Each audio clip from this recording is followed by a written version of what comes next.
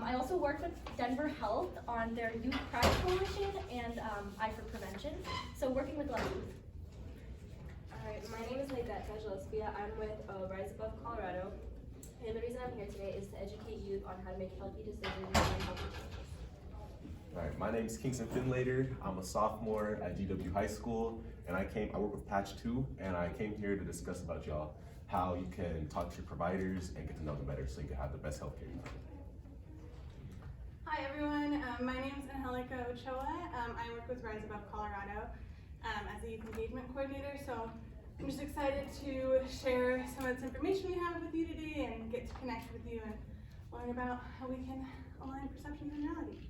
Yes, and nice to meet you all. My name is Coley Vang. I'm a youth partner at Rise Above Colorado, and I'm just here to empower you guys to make healthy decisions that you're already making in your life. So super excited to share with you guys today. So these are just some resources that you all might be familiar with that are available to you today and at any point in time. So Safe to Tell is you can anonymously report any concerns for yourself or your peers. The Colorado Crisis Services, you can talk or text if you have a crisis arise. And then with iMatter, you have free counseling available to you. I believe it's 6 sessions a year. So yeah, these are some resources, and then Coley has some resources for today. Yeah, so if at any point today you need to take a break from our session, you can totally go ahead and take care of yourself, step out of the room if you need to, or talk to a trusted adult afterwards. We're here for that. So if you need to take a break, don't even ask, you can go. With that being said, I do have phone numbers to help you guys out as well. We have some clinicians here to help us today and support us. So if you need that support and you need that number, you can go ahead and come to me or Angelica if you need that number. Or your cohort leader, if that is Yes. a thing, not sure, but if it is, Yeah, we have one. perfect. Perfect. Okay, go ahead and get started. Alright, how do you guys define perception? I'd like to hear from you. It's how you see stuff. Okay, same with you guys? What about you? Me? Yeah. Yeah, like how you see like something, like how something looks. Alright. Our definition of perception refers to one's ability to understand and make meaning from something. Who sees two faces? Who sees a face? There are situations where two different people can observe the same thing and come up with different conclusions or different perceptions. And so we're talking about that slide there where you could see a face or you can see the faces. Yeah, so something we just like to highlight is that we all can take in the same information and we might look at it differently, and so perception can exist differently for a lot of us. And now, how does social media impact our perception? As most of you know, social media can distort or affect how a person sees like someone else's life or something that is displayed on social media. Now I want you guys to take a minute and find a partner next to you and share how do you think social media impacts our perception. So partner up, please, and discuss. Groups of 2 or 3, whatever works. Okay. Does anybody have anything that stood out to them that they want to share with their group that they found? Well, I liked what she said about how on like social medias we post all the nice pictures of ourselves, like the nice videos and nice stuff, and now the like shitty pictures we deleted. Yeah. Anybody else? Touching on to that point, how accurate are most people's social media profiles to the reality of their daily lives? Like you said, no one's gonna post the bad things that they have. They're only gonna post the good, and then you're gonna see only that good. And sometimes somebody might, if they want to distort something, they might post only the bad. Like for example, an outlet that wants to distort the view on something will only show you the bad parts of it, not the good. Moving on to the next slide. All right, so that brings us to a question, why do we need accurate perceptions? So if you all want to go to the giant sticky notes, I guess, and answer that second question, we'll give you some time. But first I'll just say that perception, or our ability to interpret and understand something, is the foundation for a lot of our beliefs and behaviors. So it's the root that leads us to behave certain ways, think certain ways, jump to certain conclusions. Yeah, so go ahead. continue finishing up, but while you do that, thank you for standing up. I know it's pretty early, and so especially without coffee, it might be a little hard to like stand up a lot, but we appreciate it. Is there anything that anyone wants to share out that really struck them when they were thinking of why we need accurate perceptions? Emotions, thoughts, examples? Yeah. I said that it really like solidifies a good foundation for how we get to like learn and experience and especially learn from other people and understand them better so we can grow ourselves. Thank you, well said. I don't know if anyone noticed the picture on here, but it's kind of like from when, you know, in the olden days when people might have been sailing, thought that they would sail off the edge of the earth. And just thinking about how that affects their actions at the time. If their perception was that if I go to the end of the earth, I'm gonna fall off, like, you might just be like, I guess I'm just gonna stay in my house forever because I like being here out here. So there's just a lot of things around us that change the way we think about things, and making sure we understand these things is really important in order to change our behaviors. Right, so in order to make more accurate perceptions, we have this 3-step process: observe, question, and interpret. So that's our best way, or I guess our almost foolproof way of making more accurate perceptions in our lives. So first, like in any situation or even on social media, you want to first observe what you're seeing, and then questioning, hey, is this my opinion on it? Is this how I feel about it? Versus what are the facts and stats behind what I'm seeing? And then interpreting both opinion and facts together to make your most accurate and informed decision. And along with this 3-step process, we do also encourage you guys to question, observe, and interpret whatever we're giving you guys today, and you guys are always free to ask us any questions, or if you have any comments, feel free to do so. And so here are some examples that we can use this 3-step observe, question, interpret model with. And so these are possible perceptions that are either true or false. I'll read them. Parents or guardians get to make all healthcare decisions until a child is 18 years old. Healthcare providers discuss everything shared in a visit with parents and guardians until the patient's over 18. If a teen tries to get help with substance misuse, a parent or guardian will be notified. So will the police, since substance use is illegal. And if a teen wants to see a therapist, a parent or guardian must be involved. So what do we think? Are these true or false? False to which ones? All, some, all? All right, so these are actually all false statements. I mean, there are some caveats with like different ages and situations where things are mandated, reportable, but we'll get more into that. Alright. In reality, you have a right to confidentiality, and that is an important piece of building a healthy relationship with your provider. For example, confidentiality means what is shared between a patient and their medical provider is kept private. Sometimes you have to break this rule. For example, if you break your left pinky toe, you're not gonna have to tell you, but you will see that on your bill. And if you get an ST or STI, you're gonna have the information shared with, no, that information is gonna stay confidential. When you break a pinky toe, that's gonna be shared. And then, here are a few examples of rights that the youth have concerning their healthcare. You have a legal right to access a variety of services, confidentiality, including sexual and reproductive health care. A person of any age can access sexual and reproductive health care confidentially. This includes birth control, pregnancy testing and treatment for sexually transmitted infections, and some vaccines. Medical care, health care. At the age of 12, a person can access their mental health therapy confidentially. There will be circumstances when this has to be broken, like I said earlier. Confidentially as a person is if the person is potentially harmed, is potentially harmful to themselves or others. And then we just like to connect how having these ideas of what you're able to share with your healthcare provider, what is allowed to kind of be confidential in your own right, how this can help inform how you might perceive the world around you and how you might interact with your healthcare provider based on your behaviors and having those kind of honest conversations. Okay. This is about closing the gap between perception and reality.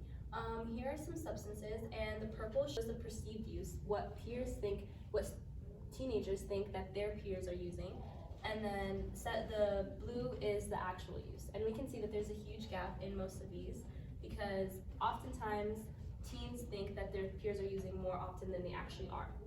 And I want you guys to look at this and just think for a little bit. What do you guys think about this? Moving on. In this survey, you can see, like I said, that more teens are actually using less than people think they are, and that might pressure them into. Yeah, no, absolutely. I can help. So, just when looking at this, we like to kind of ask like any thoughts or emotions that come up for anyone when seeing this, as well as thinking about the difference we see here between perceived use and actual use. So if you were to ask someone who's in high school, how many people do you think are using alcohol? They would say, according to our survey research, that 41% of their peers are using alcohol. And that's kind of how they've shaped based on movies, what they hear from their peers, news, whatever you want to take in to create your perception is how they view the world. When we do this research, the reality shows that only 24% of teens are actually using alcohol. So just understanding that there is a gap, right, and that our perceptions of use are higher than actual use. Yeah. But also, would you also take account in people who aren't being truthful for the survey? Absolutely. So that's something that comes up a lot on our surveys is like, how do we know this is accurate? One of the ways that we kind of back this information is that there's multiple different surveys put out by different organizations that show similar data, right? So you'd say like, how are all these people lying in the same way anonymously to the same people? And we do take into account that there's people who are probably giving false information, but when you're doing research, there's a thing called a percent margin error, and so you account for the fact that some people aren't going to be 100% truthful. So there's a lot of ways to mitigate it, and basically the biggest thing is year over year, survey over survey, we get similar data, and that's what leads us to believe that these things to mitigate are working and that this is very close to the reality, and then it might shift a little bit either way. Just from like a public health standpoint, there are things that we can do with surveys to help people respond honestly, and that's like making the questions worded differently. There's whole theorems behind it, but also like confidentiality is something that helps people answer honestly. And we are aware that no survey or study is ever going to be 100% accurate. And it's not so much the exact numbers that we're focusing on, it's the gap. It's the fact that no matter what, the perceived use is higher than actual use. And so that's the key there. And then moving on, I have two graphics. This is the first one. This is the percentage of youth who have reported use in the past 30 days. And it's relatively low across all substances. And obviously it's still concerning that these are the numbers, but it's not as bad as we may think it is. And then on the other flip side, you can see that these are the percentages of youth who did not use.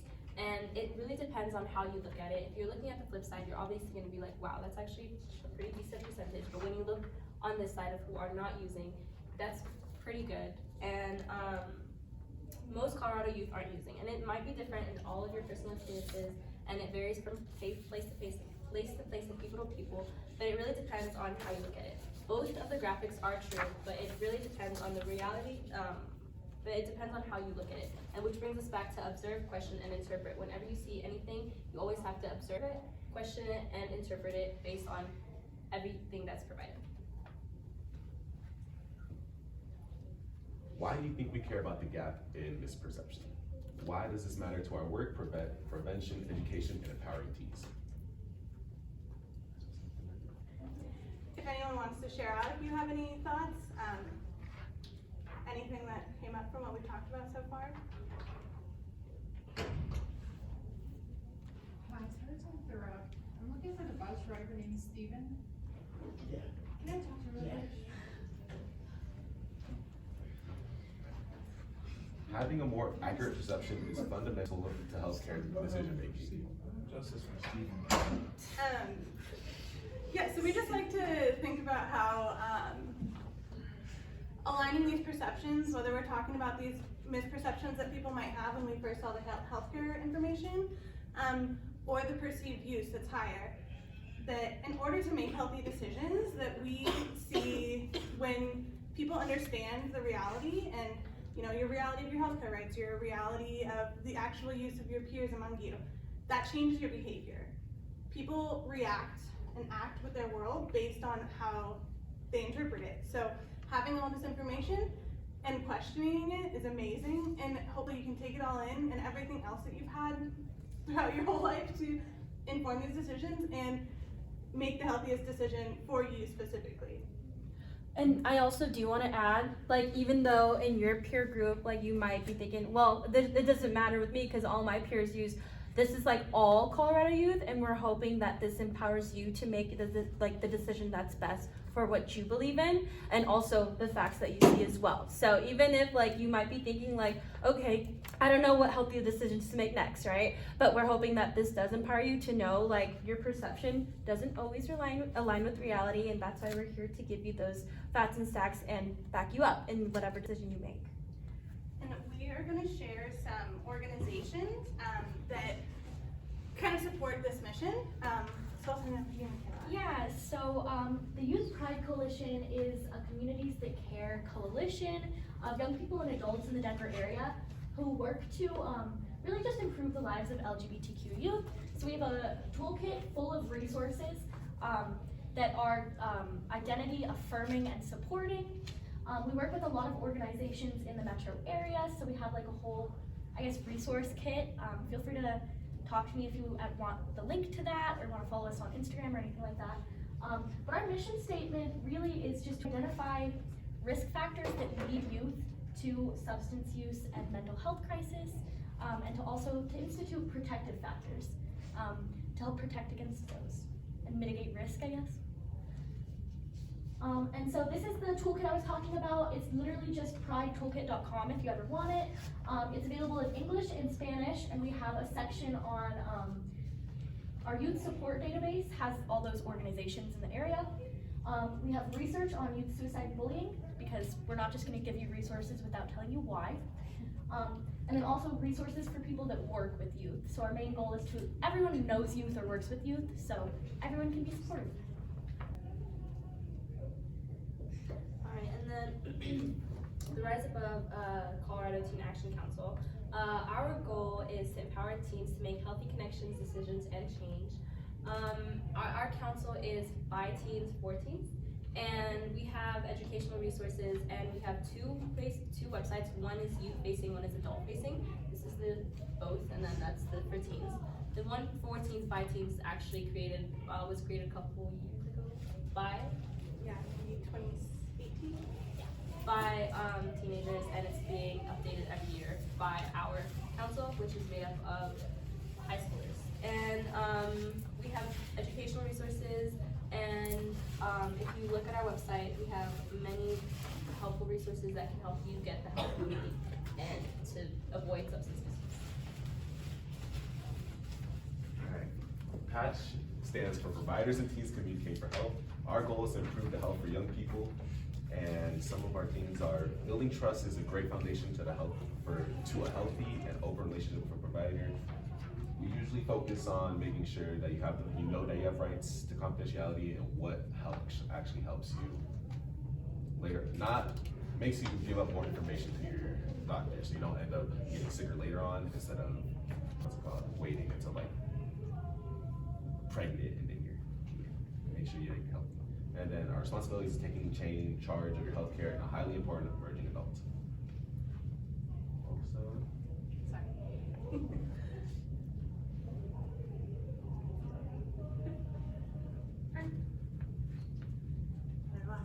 And then another organization through Denver Health's Health Institute that I work with is the I for Prevention Coalition, and it stands for Engaging Youth Expertise.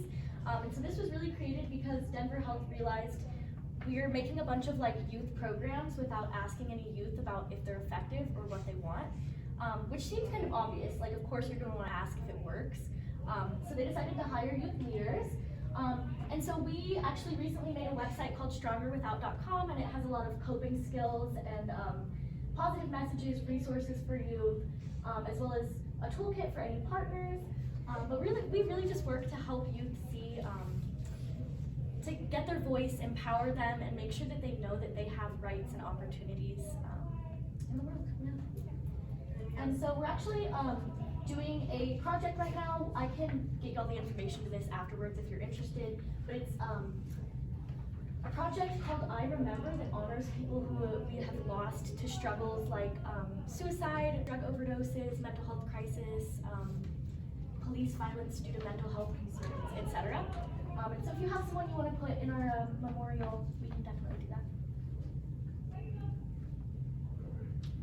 Groups like those we have described and are part of support young people, to support young people and help them recognize protective factors.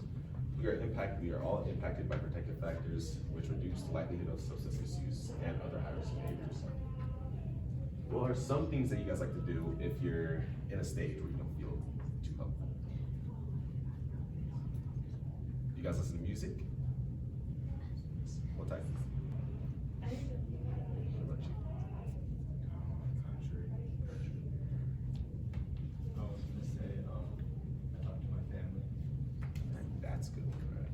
So you can do those things to help you. If you ever feel like you're stressed out, if you ever have problems managing your skills, do those things and they help you cool your mind so you can be in a better state. Even things like playing a sport, that's a great way to like physically cope with life and stresses. I think it's really important that mind and sort of body connection, that if you're not taking care of yourself physically, you'll feel that mentally to some degree. There is a huge connection there. So if you need protective factors, sometimes just go for a nice big walk. Get out, breathe a little heavier, and you'll start to sense yourself kind of calming and coming back to where you would be. A lot of times people will say like, oh, I don't have any coping skills, but then I start asking like, do you ever doodle? Do you listen to music? Like, do you enjoy gardening or walking your dog? Like, all of these things are things that can help our mental health and we don't even realize. So that's another perception we can align with reality. Yeah, awesome, thank you. So, kind of just ending this, what actions can we take to kind of move this forward in our lives, right? Correcting misperceptions, like Michaela highlighted, these ways that they might exist that might not feel as deep or strong, but that there's a lot of things in our lives where we might have perceptions, but when we really think about the reality that we can bring those things together, it can lead us to lead happier and healthier lives. So really just thinking about that, and just want to know if you all have any comments, questions, anything that came from our session that you'd like to share, ask about. I guess I was pretty surprised at the misconceptions for alcohol, drug use, those types of things. I thought they were a lot higher too. So I was really surprised by that. And I guess if I were a high school kid, which I'm not, and I thought half of the people were doing this stuff, when really it was only a quarter of the people doing this stuff, I might be more apt to do that stuff because more people are. Right. And it's more accepted, more common, or whatever. So knowing that there's fewer people than what we perceive, and why do you guys think the perceptions are so high? Why do we assume that half the people are smoking pot when only a quarter of the people are? What are some of the thoughts from you guys on why that is? Yeah, anybody. Sure. I personally think it's really social media. I think social media shows like the portion of the people who are using, and then it's like normalized. It's most of the time it's like, oh, celebrities, people on social media, and it's like, okay, if they're doing it, that means everybody's doing it, and that makes it more normal. So if somebody really popular is doing it, that enhances. Yeah, that's why I think personally. Interesting, cool. Our research also shows that as people get older, this misperception grows. So adults think that even more youth are using than actually are. So I think that, right, like, you know, you would tell your kid like, hey, everyone's gonna be drinking, don't go do it. You know, like it could come from your parents, like them just creating this idea that that's what everyone's doing, when like, maybe they weren't even doing that, but they thought everyone was at the time too, because that's what their parents told them. So I think it's kind of like a generational, keeps getting passed down. And I think there's also this like FOMO culture, like fear of missing out, especially, I'm in my second year of college, but especially in the first year, I think that we all have this idea that like, if you wanna have fun and fit in, you have to like drink, smoke, do drugs at parties and stuff. Like you have to do these risk behaviors, but in reality, like, majority of people aren't doing that. It's just that we think so many people are doing it that like, oh, I have to fit in like this. When in reality, like, no, you can fit in just well saying no and respecting your own boundaries. I'm also a little curious about, has substance use decreased since like parents' generations?